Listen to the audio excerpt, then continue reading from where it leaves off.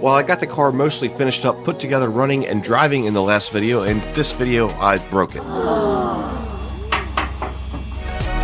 But the car is still miles from when I first got it. I can't imagine it used to look like this. Combining that gray car with the orange car resulted in this fantastic chalk gray 997 turbo, and I couldn't be any happier. I just wish it wouldn't have broke down immediately.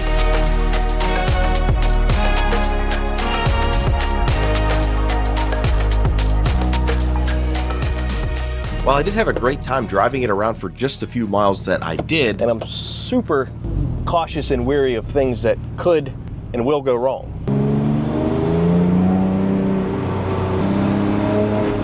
I really didn't expect to have this specific failure. So cool to be driving this. This isn't how I wanted this day to go. I was planning on getting the AC done, and on the way there, and this happens. So that's great. I was just driving along and I had no throttle. I was like, oh, that's odd. So then I put the clutch in and the engine completely died. I pulled off to the side of the road and it won't restart. So here we are. These are the kind of problems that you're going to run into when you rebuild a whole car, pretty much, with no experience.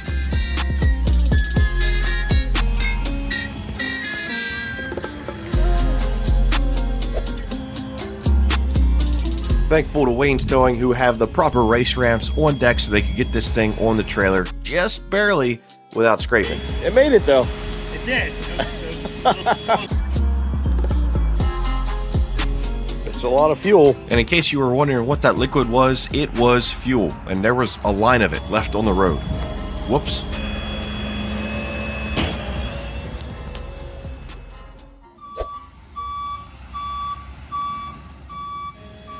We got the car loaded up, strapped down, and transferred back home, all safe and sound, but that was only half the battle. And sheesh, let's go back here. That rear diffuser and front lip are so close to scraping, but they didn't. That really is as close as it could get to the rear. The other battle was going to be getting the car in the garage, which was no easy task, as you'll see. Probably there, yeah. All right.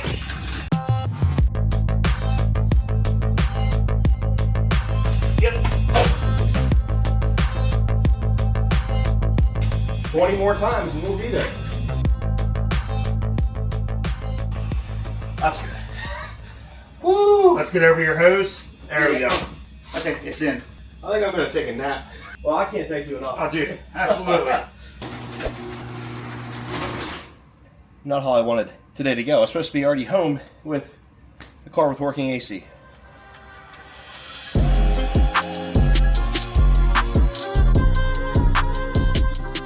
My first suspicion is something on top of the fuel tank, which is obviously one of the easier things to get to. Just got to pull this cover off.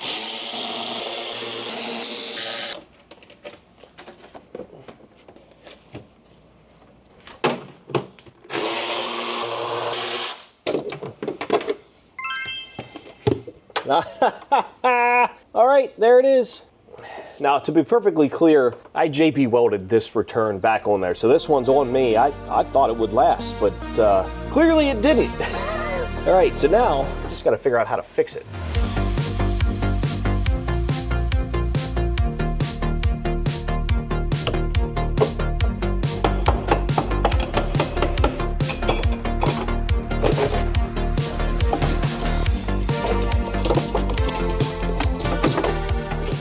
There we go.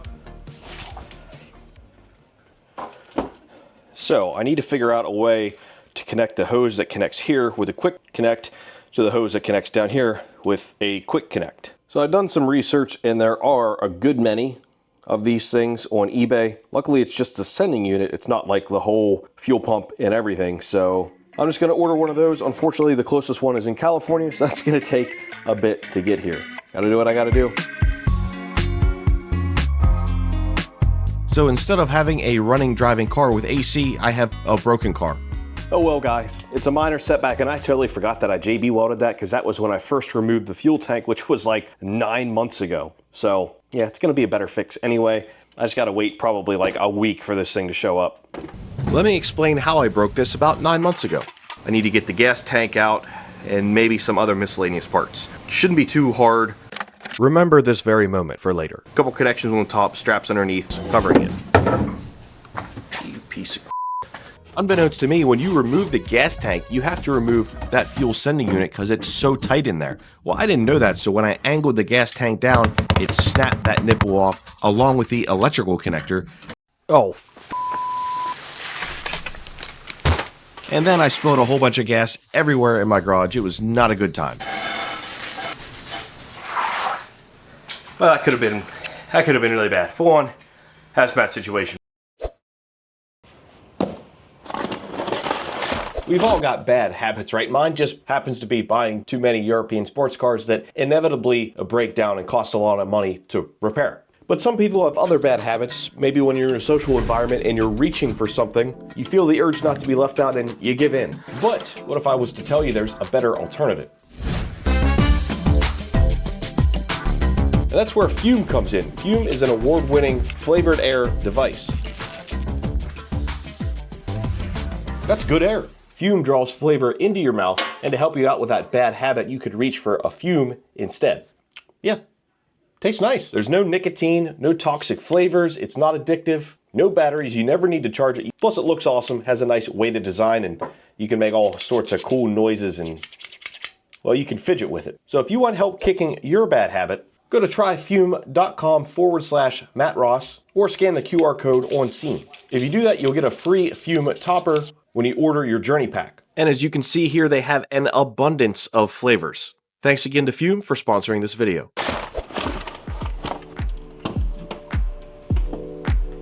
And that's how we're gonna fix it. What the new fix is here, it's certainly better than a JB Weld fix, and that's for sure. I just totally forgot I did that, and I thought that was a return line, so I thought it wouldn't have as much pressure, but I was wrong.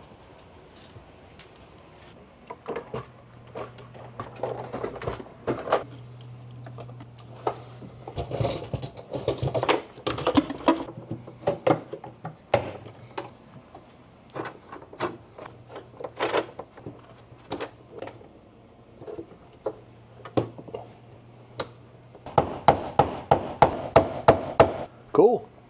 Let's see if it works. Breaking news, they say a mechanic was working on a car in a garage and started the fire. Sure the gas gauge works. Halfway full, maybe? Hopefully that's accurate.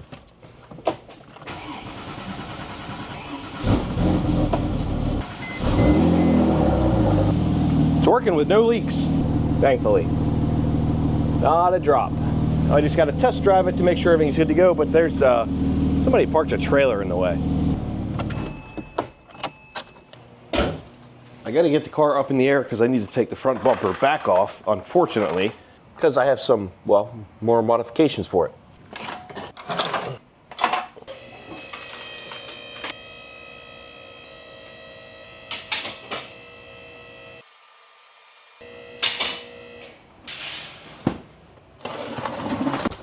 I got a whole host of goodies from Rennline for this car. Most importantly, I have the new grille guards, which are made for a turbo. I ordered the right ones this time, but the whole bumper has to come off to install them.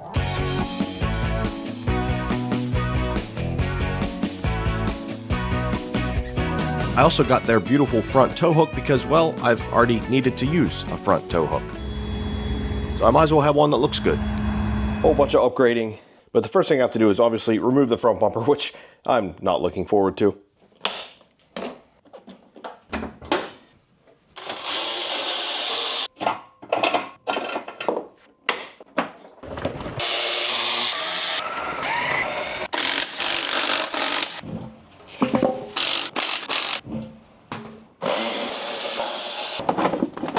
Does anyone else struggle with Porsche's electrical connectors? I can never get them undone. What the f***?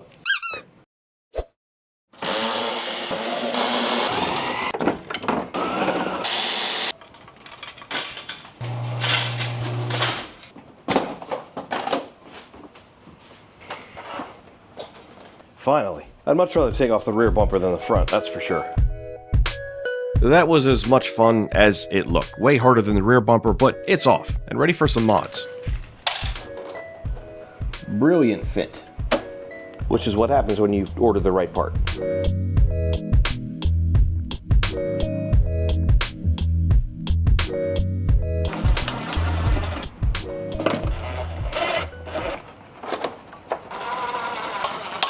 All right, there's the center one. Now just to do the two sides, do the fog lights. Might as well pull the fog lights off actually while we're sitting here. The grill guards aren't just for good looks, they're to keep crap out of the intercoolers, radiators, etc. And Rennline makes a great kit that fits perfectly, and they come with these proprietary clips that hold everything in place in a really nice, subtle way.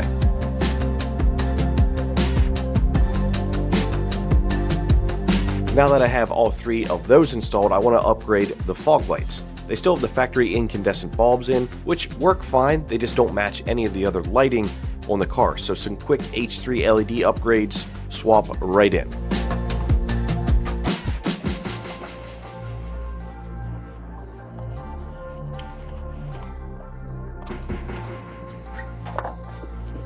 And with every bumper modification done, at least for now, the bumper can go back on the car.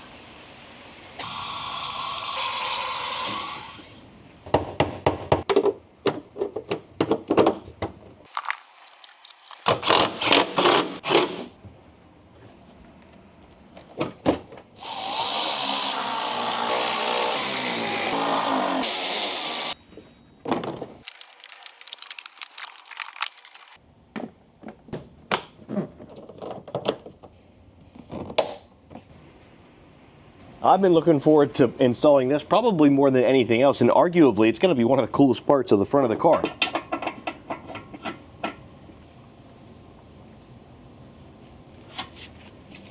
That is freaking sweet. And I'm probably going to need to use this, to be honest, and I don't have that bumper cap, so it all makes sense.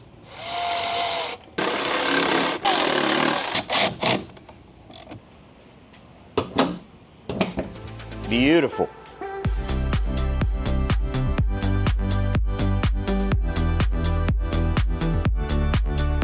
Mini front end overhaul complete, and now I don't have to worry about crap getting into my radiators. So I probably should have checked that all the lights and everything work, but as you can see, everything is working. Rennline side markers, OEM lights with the upgraded LEDs. The LED fog lights look good. They don't look ricer. They look more white, which is what I wanted. A more modern look than those old crappy incandescent halogen things. I'm really happy with that. The plan was to take it for a rip, but it is absolutely pouring. It's storming, it's windy, so that's not happening now, and it's supposed to rain like all week. I've got a bunch of stuff to do to the trailer, so I'll have to test drive this in the next video. But since I can't drive it, I might as well address the oil leak that I have back here. I think I know what's leaking, but I won't know until I do some digging and tear it apart. You see this here and that there and that there. It's all the same leak, it's just the car's been in different positions. So you see that drip right there, it's about to drop on me. I don't really see anything above this hose, so I don't think it's the hose itself. I'm hoping it's just the connection point, and I believe there's an O-ring and maybe even a crush washer in there. So I'm gonna tear it apart. Or at least I'm gonna try to tear it apart. Fucking bitch.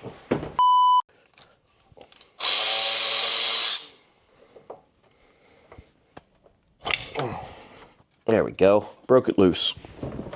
Now, how much oil is gonna come out of this? I don't know. I'm not familiar with dry sump systems. Oh, yep, there it comes.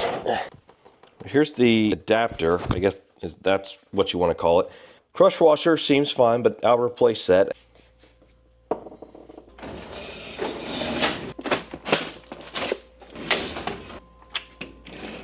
Hey, look at that. I've got the perfect one here. Okay, new crush washer.